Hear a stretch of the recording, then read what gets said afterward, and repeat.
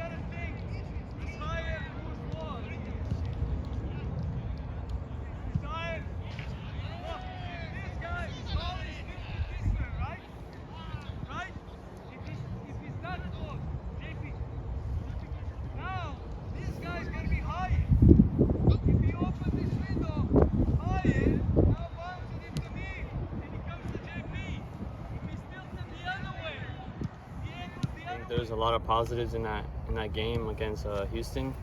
Obviously, the goal, clean sheet, that's something to work off of. You know, mentality is to go and win every game, no matter if it's home or away. So hopefully we can string another win, and we get that momentum going into the second half of the season and into Nations League. The right back position usually creates. I think it's just Schmidt's just doing what he does best and trying to play to everyone's strengths. You know, he tries to make sure everyone's comfortable in their position, and I think one of Cody's strengths is defending, and one of my strengths I think is going forward, especially from a deeper line.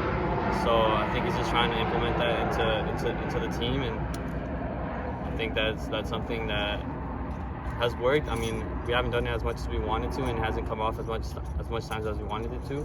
But I think there's something there, and I think it's a good thing. What are your keys? I mean, without telling the secrets, but what are your keys on whether to go up or not? You know what I'm saying? I think just reading the space, knowing where Nico is, especially because he's usually in that pocket, but if he comes out of that pocket, then there's space in there for me to go in. And just reading the back line and how much time my teammate has on the ball. If he has a lot of time and I'm going, you know, I'm flying into that space, I know he can hit me a good ball. Just knowing space, and also knowing if JP's behind me, because I can't go if JP's somewhere else, you know. So there's a lot of things that go into it, and I'm just trying to get better at it. And then when you get the ball, kind of move, you know, the next sequence, then what are you, I don't know if it's generic, but what are you looking for, right? Because you got Chu over there, you've got, you know, like you said, Ladero and everybody else cutting. What are you looking for there? It depends on the ball, but if it's into space, I always try to first time cross into Raul, see if there's anyone in the box. If not, then I cut it back and try to keep possession, because there's a lot of times I feel we cross it without really any sense, anyone we're passing it to. So I think there was one play against Orlando where Nico hit me over the top, and I didn't see any clear pass, so I cut it back, and I was inside the box. I think that's something that's a good thing, you know, keep possession, if not just give it to the team and, you know, just let them clear it. But, you know, reading my teammates' movements, reading the pressure on me, and then making the best decision. Are you getting more comfortable now? The more, you know, time you see with the, you know, game time, in terms of reading that, and everybody comfortable with getting some sense of where everybody's going to be? And it changes every minute of the game. I get that. Yeah, I think it's still fairly new. I think we've only started doing it like for these last 3 games when me and Cody have been playing together, but I think there's a lot of improvement to do. Sometimes me and Nico are sometimes in the same spot, or sometimes it's not clear, the spacing isn't right, and so it's not really on. It's something we need to keep working on. You know, we try to work on it every day here in training, especially between me, Nico, and Cody, so we can get better on the field. You know, read each other's movements, know each other's tendencies. What's that moment like? You know, when when you're in the same space and you see Nico and you're like, uh-oh. Yeah, well, I try not to, because I try to leave space for Nico and let him play his game. Right. He's a 10, so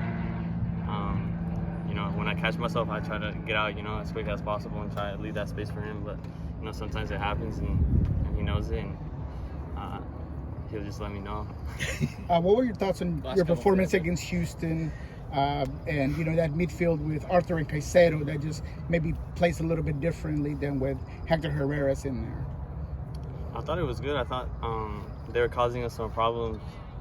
I think it was their 8 was going out wide on touchline, and Nico is a different player than Christian, so it was causing us some problems. Me and JP to go and affect that player, but I think we figured it out, and I think we dominated for lapses, and something to build off of. It's not the perfect game. We had some turnovers and some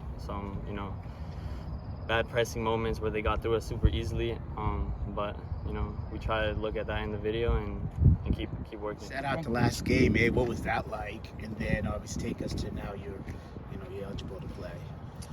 Yeah, it wasn't as fun. Definitely wish I could be out there, but good that we got a win. And it was a little good to get different perspective.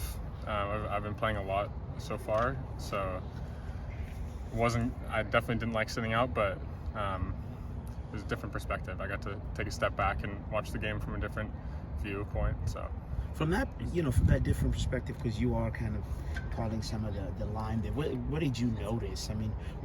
What's working for you all in terms of that high line and obviously the shutouts? Yeah, I think covering each other. There's a lot of, whenever someone steps in the back line, everyone else covers for them, and we're doing a good job of winning that first battle, but if we don't, then there's 3 or 4 other guys that are right there to clean it up. And then just in terms of the overlap, you've got the young guns, for lack of a better word, they're playing on the right side. Is there any, how do you think they're progressing? Obviously it's good, but how are they progressing? And Vargas playing up top there. Yeah, he's doing great. I think for young guys especially, it's just about consistency. He has all the talent in the world, but can he prove that every game? I think he's doing a better job of bringing it every time, because that's ultimately what he has to work on, because the talent's there. It's just, can he do it day in and day out? Are you guys, go ahead. No, go ahead. Are you guys, have you put in you play from the back, but it looks like more times now you also have put in kind of the play to where you're kicking it, not just downfield, but certain, when teams are pressing. Is that now part of your arsenal to get the ball out of the back there? For sure.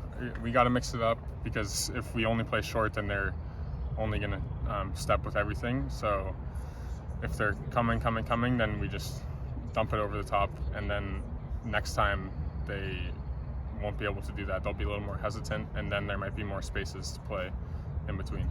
You're a guy that sees the moment, and you took that starting position from Javier Arriaga. When you sit and you watch like ABC Soccer playing, does anything go through your mind in terms of like, hey man, I'm the starter, there's healthy competition? How does that go about in your mind?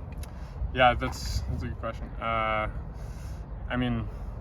I thought he did a great job. I'm rooting for him to do well, and ultimately, because he did so well, I do feel a little more pressure about my starting spot, but I think it is a good thing, because then I have to step my level up even more, and that'll only make me a better player in the end. So. After the game, he talks about, I need more minutes, I need more play time. How do you take that when, a guy, he has a good game, and then he also words it out vocally, to the press and stuff? You guys kind of talk about that, laugh about it? How does that work? I didn't see, but I think, he's a great player, so he does deserve to play in the MLS. But I think it's hard when EMR and I had a great relationship this year, and a lot of shutouts. So it's tough to break into any lineup. I know that from last year, so it takes a lot of time and patience. Is that a mature thing? Because every player wants to start. So clearly some players saying, hey, I want to see more minutes. That's not detrimental to the team as much as it is just about, hey, you know what?